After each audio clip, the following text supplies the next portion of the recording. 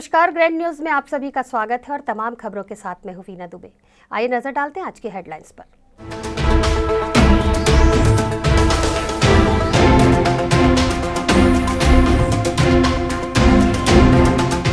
अपने पधारने का धन्यवाद में पसरा है सन्नाटा। मैत्री बाग में पिछले 9 माह से है कोरोना का कहर।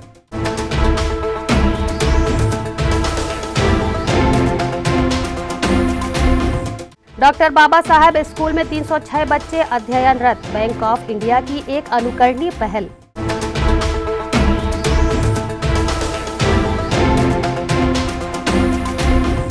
मित्तल हॉस्पिटल पर लगा 20,000 का जुर्माना।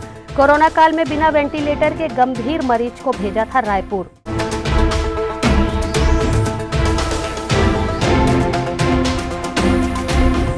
वहशी बाप 2 साल बाद हैदराबाद से गिरफ्तार। अपनी ही दूधबूही बच्ची को बनाया था हवस का शिकार।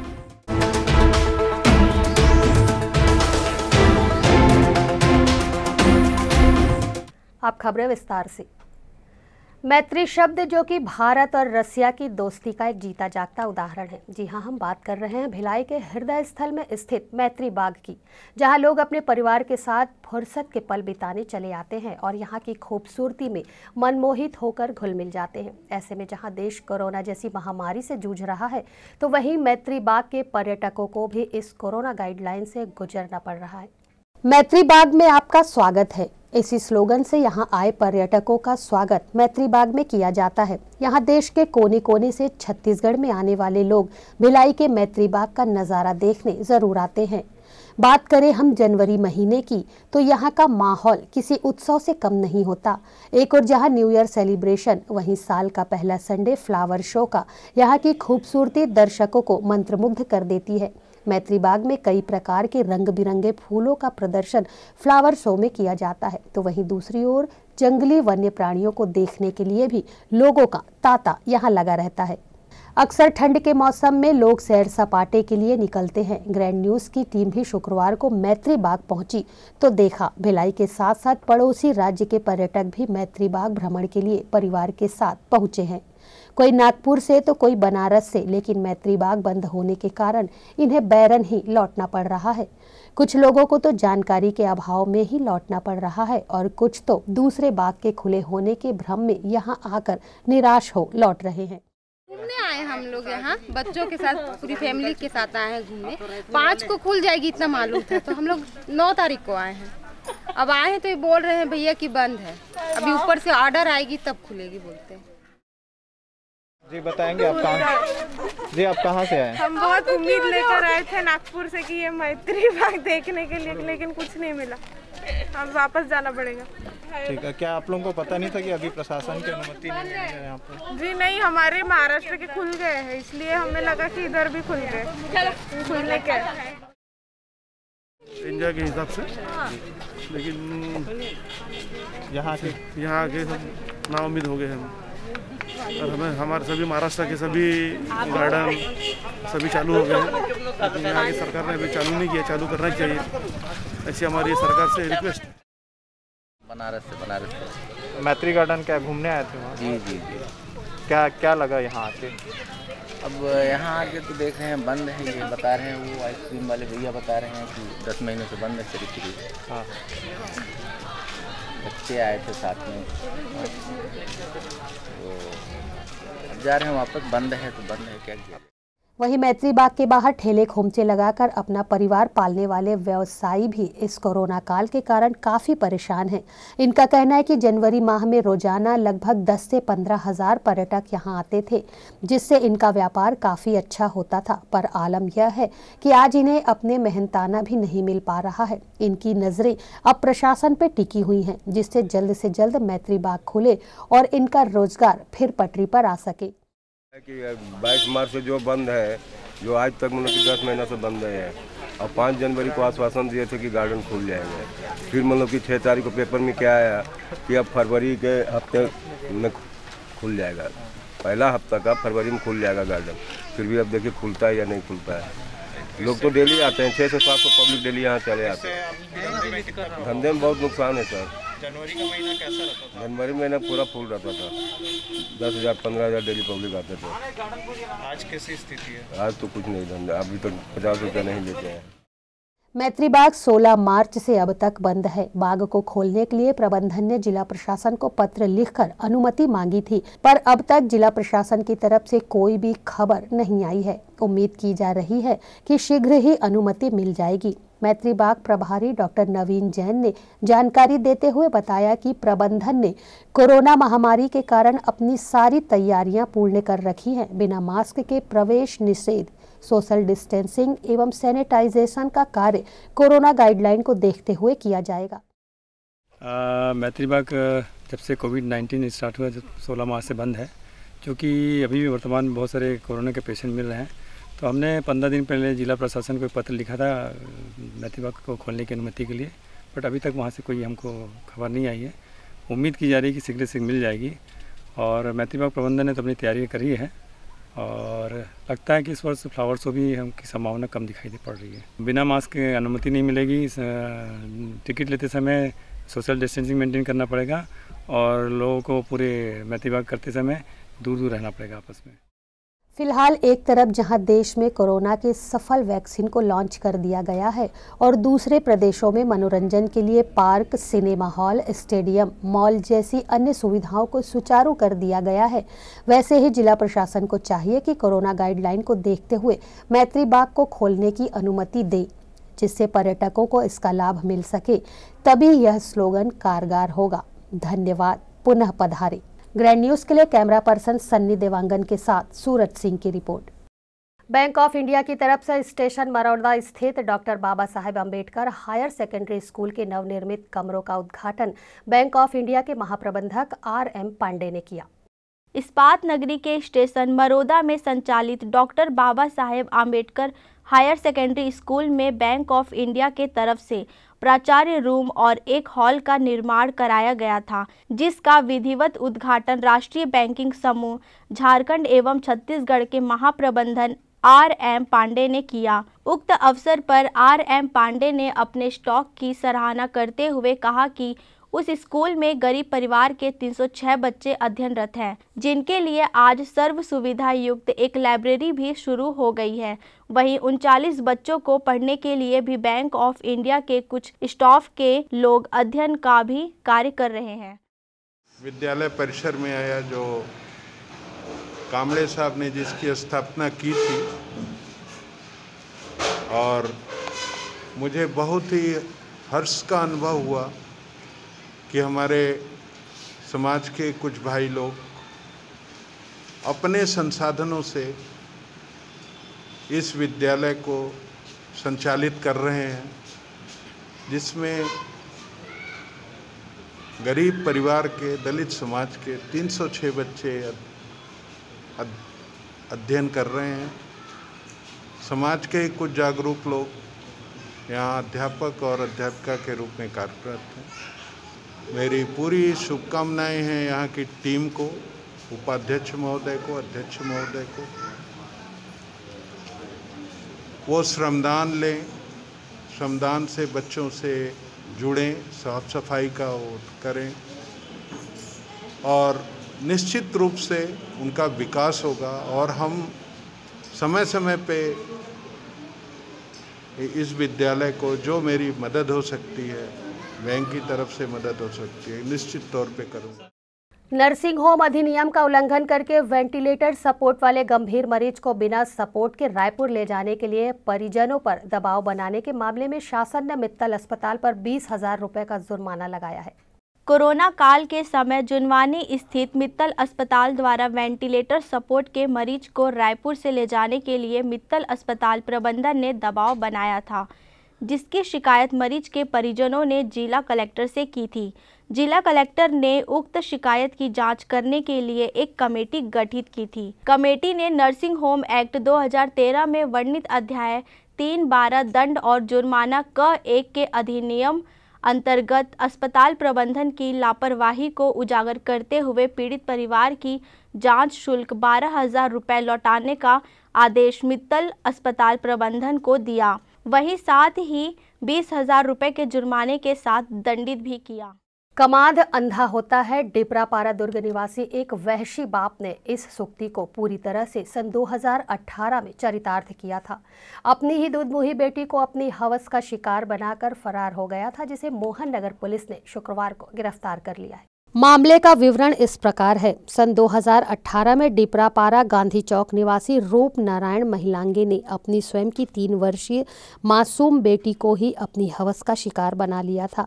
आरोपी घटना के बाद से फरार हो गया था। मोहन नगर पुलिस ने धारा 376, 5, 3 ग और 4 पास्को एक्ट के तहत अपराध पंजीबद्ध कर आरोपी की तलाश जारी कर दी थी। आरोपी के गृह निवास ग्राम पिहरीद, थाना मालखरौद, जिला जांजगीर चांपा में भी पुलिस ने कई बार दबिश दी। अपराध करने के बाद आरोपी हैदराबाद फरार हो गया था, जिसे शुक्रवार को मोहन नगर पुलिस ने हैदराबाद से गिरफ्तार कर न्यायालय में पेश किया। दक्षिण पूर्व मध्य रेलवे महाप्रबंधक गौतम बनर्जी के द्वारा शुक्रवार को दुर्ग रेलवे स्टेशन का वार्षिक निरीक्षण किया गया, जो दल्ली राजहरा से प्रारंभ होकर बालोद, दुर्ग, भिलाई स्टेशन से होते हुए रायपुर स्टेशन पर समाप्त हुआ। शुक्रवार को दुर्ग रेलवे स्टेशन के वार्षिक निरीक्षण के दौरान दुर्ग पहुंचे दक्षिण पूर्वी मध्य रेलवे के महाप्रबंधक गौतम बनर्जी ने पूरे स्टेशन परिसर का निरीक्षण किया। वार्षिक निरीक्षण के अंतर्गत उस सेक्शन के साधन संसाधनों, रेलवे ट्रैक के साथ यात्री सुविधाओं का आकलन कर निरीक्षण किया गया। इस दौरान दुर्ग महापौर धीरज बाकलीवाल ने भी रेलवे महाप्रबंधक गौतम बनर्जी से मुलाकात कर उन्हें रेलवे स्टेशन में व्याप्त समस्याओं में सुधार लाने आवेदन दिया। दुर्ग रेलवे स्टेशन के निरीक्षण पर पहुंचे रेलवे महाप्रबंधक गौतम बनर्जी के आगमन को लेकर दुर्ग रेलवे स्टेशन में जीआरपी व आरपीएफ के अलावा अन्य आला अधिकारी बड़ी संख्या में मौजूद रहे। मीडिया द्वारा पूछे गए सवालों के जवाब में दक्षिण पूर्वी मध्य रेलवे रायपुर महाप्रबंधक गौतम बनर्जी ने कुछ इस तरह की जानकारियां दी। जगह देखा गया, काम सुचारू से हो रही है, ये हमने देखा। वर्ष 2021 में किस तरह के बदलाव हैं, किस तरह के चेंजेस आएंगे अभी रेलवे को लेकर, या किस तरह की योजना है अभी रेलवे की योजना? तो अभी कोविड के कारण काफ़ी उथल पुथल है, वो थोड़ा सा उतर जाए तो उसके बाद ही कुछ क्लैरिटी आएगी किस तरह से काम चलेगी और किस तरह रेलवे और पब्लिक एट लार्ज किस तरह से बेनिफिशियली वर्क होगा। यहाँ वक्त है एक छोटे से ब्रेक का, बने रहिए ग्रैंड न्यूज़ के साथ।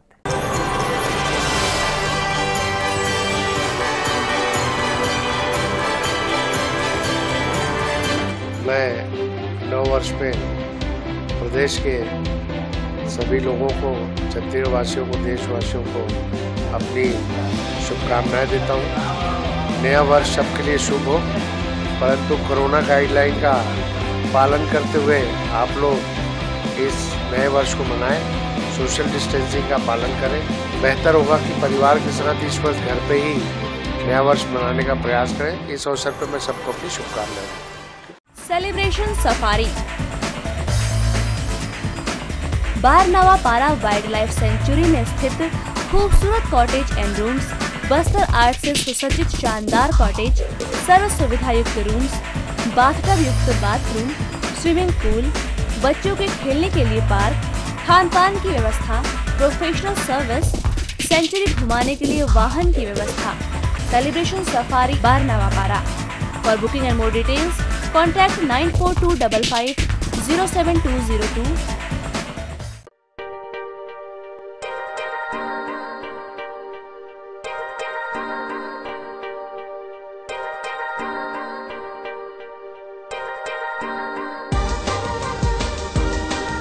Relationships are forever. Out of all loved ones, your children are most precious. One of our biggest dreams is to give our children's marriage the top in luxury and facility.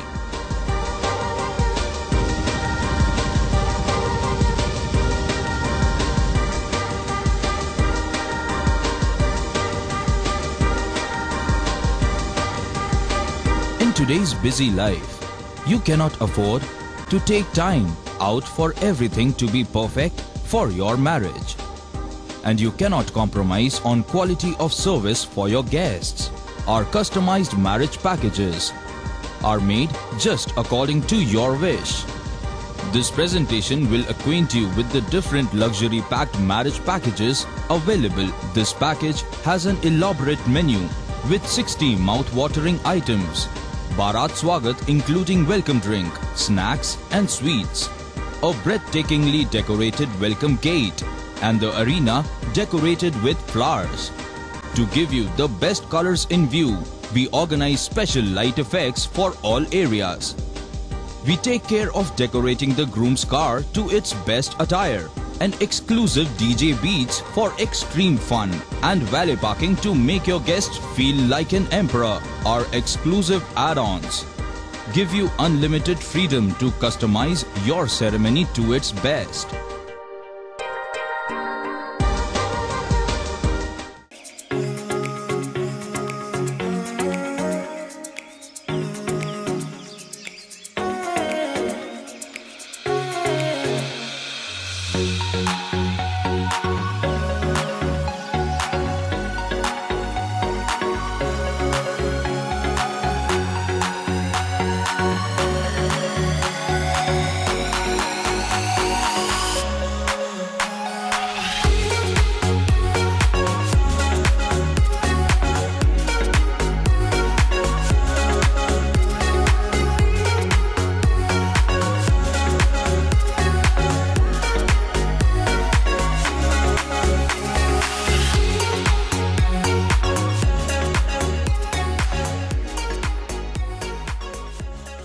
दुर्ग जिले में चिकित्सा के क्षेत्र में वरदान साबित हो रहा एसआर हॉस्पिटल एवं रिसर्च सेंटर।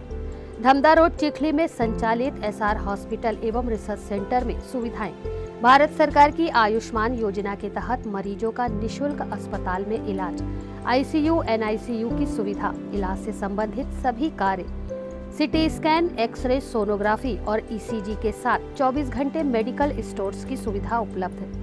भारत सरकार की आयुष्मान योजना के तहत जले हुए मरीजों, एक्सीडेंटल मरीजों एवं पाली ट्रामा के मरीजों का भी इलाज किया जाता है। हॉस्पिटल में 24 घंटे एम्बुलेंस की भी सुविधा उपलब्ध है। एसआर हॉस्पिटल में हड्डी से संबंधित सभी रोग, दांतों से संबंधित सभी रोग और सभी बीमारियों का इलाज अनुभवी डॉक्टरों की टीम के द्वारा किया जाता है। हमारा पता एसआर हॉस्पिटल एवं research centre, Chikhli road, Durg, Chhattisgarh. Helpline number 6262613200, 6262613300, 6262613400।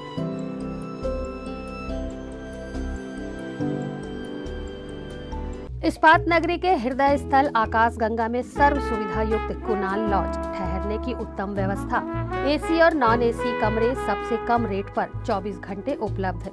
हमारा पता आकाशगंगा रेलवे क्रॉसिंग के समीप, शॉप नंबर 1, सुपेला, भिलाई, छत्तीसगढ़।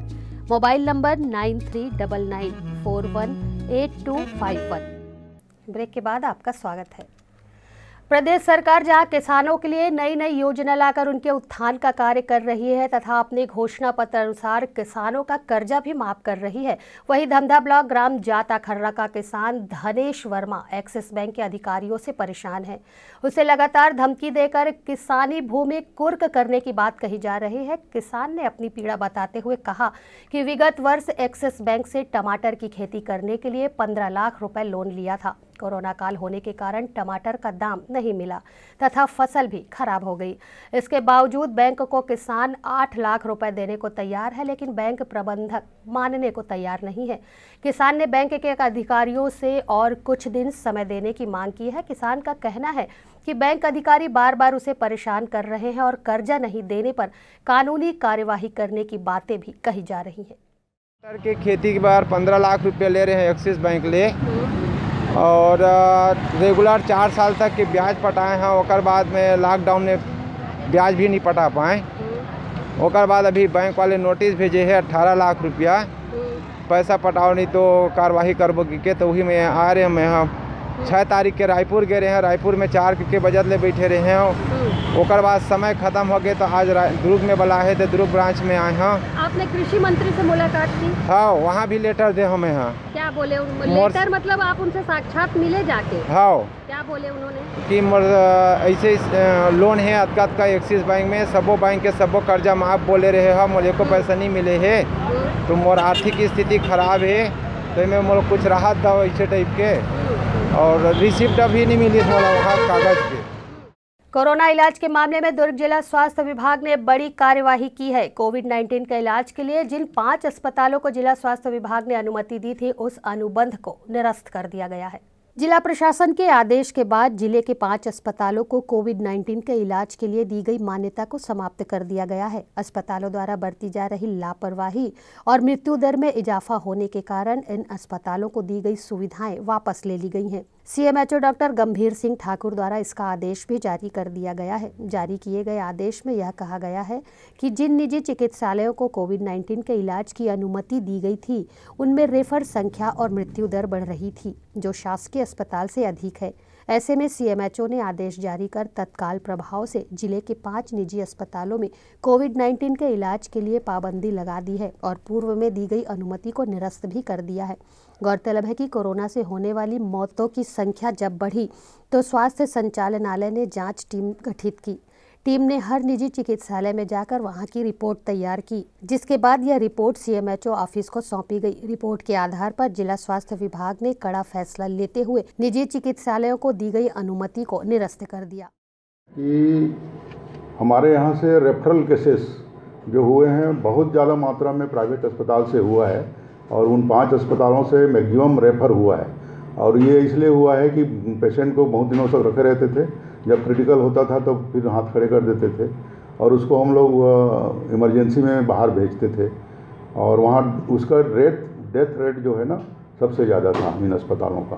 तो राज्य स्तर से ये अभी आकलन हुआ पूरे प्रदेश में कि जिन जिन अस्पतालों से इस टाइप की एक्टिविटी हुई है, काफ़ी लंबे समय से इलाज करते हैं और क्रिटिकल होता है तो बाहर भेजते हैं और डेथ रेट बढ़ रहा है, उन अस्पतालों को तत्काल कोविड केयर से अलग रखें। तो उसी तारतम्य में 5 अस्पतालों के ऊपर कार्रवाई किया गया हमारे ज़िले में और उनको कोविड से इलाज से मुक्त कर दिया गया।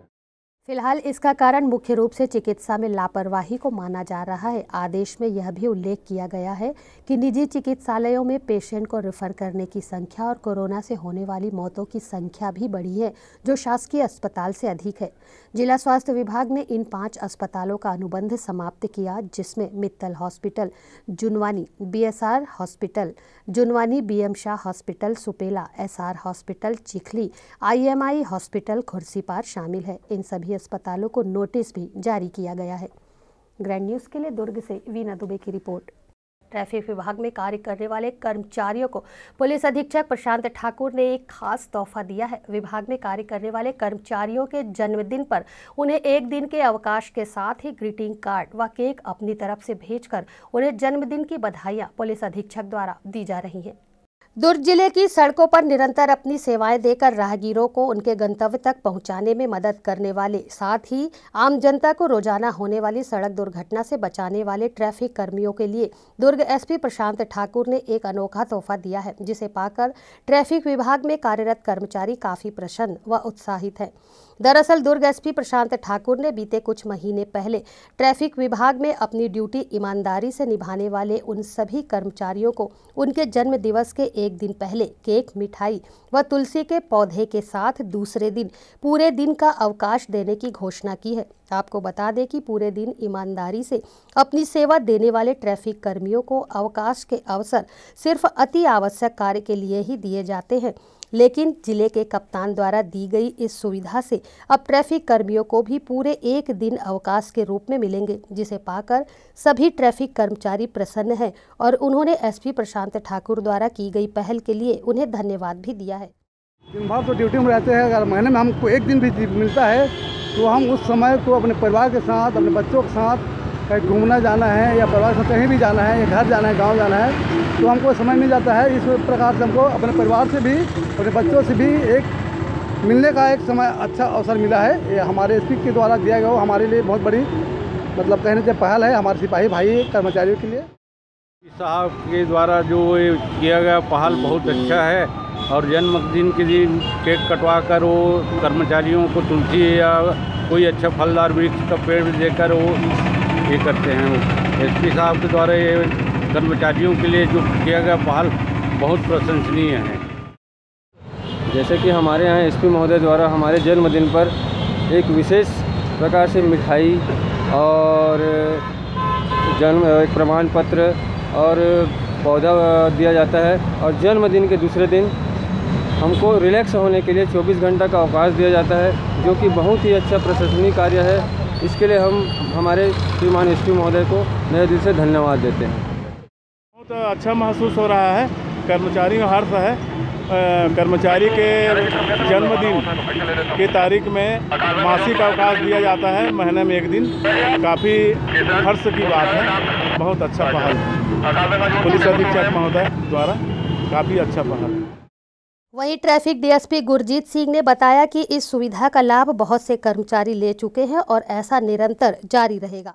इनिशिएटिव के तहत पुलिस अधीक्षक महोदय द्वारा निर्देशित किया गया था कि जो भी कर्मचारी अधिकारी हैं उनका जब भी जन्मदिन हो तो उनको ग्रीटिंग किया जाए। तो एक ये परंपरा पिछले कुछ समय से स्टार्ट किया गया है, जिसमें जिस भी कर्मचारी अधिकारी का जन्मदिन होता है उनको पुलिस अधीक्षक महोदय की ओर से केक दिया जाता है और उनको एक ग्रीटिंग कार्ड देकर उनको विश किया जाता है और एक पौधा देते हैं साथ ही, ताकि ये जन्मदिन यादगार रहे उनके लिए।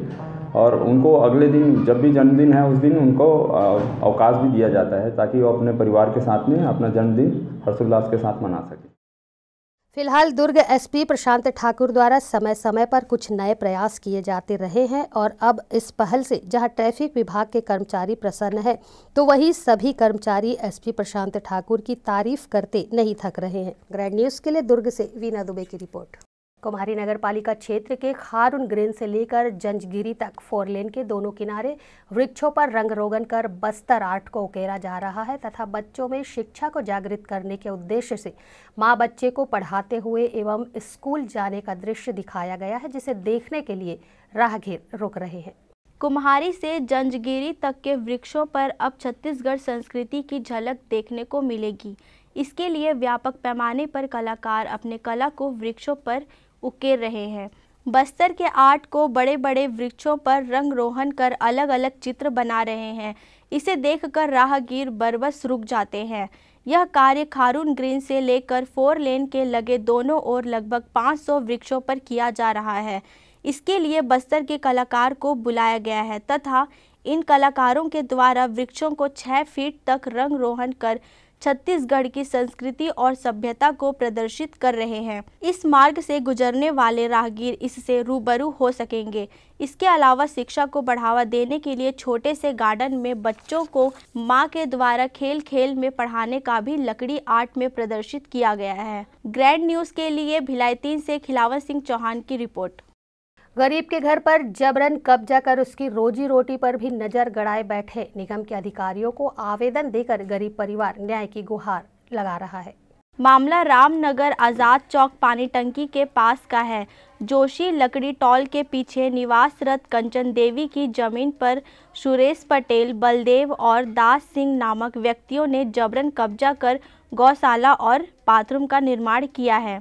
वहीं कंचन देवी की जीविका का एकमात्र सहारा परचून का ठेला है, उसे भी उखाड़ फेंकने के लिए ये तीनों नजर गड़ाए बैठे हैं। जमीन गवर्नमेंट का है सर। जमीन 2011 से लगभग जब मैं नाबालिग था तब से इसके ऊपर ये निर्मला यादव बैठे थे ना, तब से मैं नोटिस। हाँ, जब मैं नाबालिग था तब से इसके ऊपर केस किया गया था। उस समय मैं काफ़ी छोटा था और इसके ऊपर कई बार किसके ऊपर आप केस किए थे? छोटे लाल बलदेव साहब द्वारा मारपीट करके कब्जा किया गया था। और कब से ये कब्जा? ये 2011 महीने से। हाँ, इसके खिलाफ कई बार सर ऊंचे से ऊंचे अधिकारी तक पहुंच गए हैं। यहाँ तक कि जो दुर्ग में वीडियो कॉन्फ्रेंसिंग होता है वहाँ से भी हम लोग बात किए हैं। कलेक्टर, एसपी, कई जगह मुख्यमंत्री तक को हम लोग इस पे कागज भेज चुके हैं, मगर इस पर कोई कार्यवाही नहीं होता है। मगर यहाँ पास आज तक किसी गवर्नमेंट वाले ने आज तक कभी ध्यान देने नहीं आया कि कहाँ कब्जा हो रहा है, कहाँ क्या हो रहा है, कहाँ कौन से व्यक्ति ने कितना कब्जा करके रखा है। किसी ने आज तक कोई ध्यान देने नहीं आया। गाड़ियाँ खड़ा होती है, कोई किसी को कोई मतलब नहीं है गवर्नमेंट को। वो यहाँ कब्जा कर रहे हैं, करते चले जा रहे हैं, बढ़ाते चले जा रहे हैं। आज एक कब्जा होता है, कल 2 कब्जा होता है, किसी व्यक्ति को परेशानी का सामना करना पड़ता है। कंचन देवी निगम में आवेदन देकर रोजाना न्याय की आस में निगम कार्यालय के चक्कर काट रही है, लेकिन अफसोस निगम अधिकारियों के कान में जूं तक नहीं रेंग रहा है। ग्रैंड न्यूज़ में फिलहाल इतना ही। मुझे दीजिए इजाज़त। नमस्कार।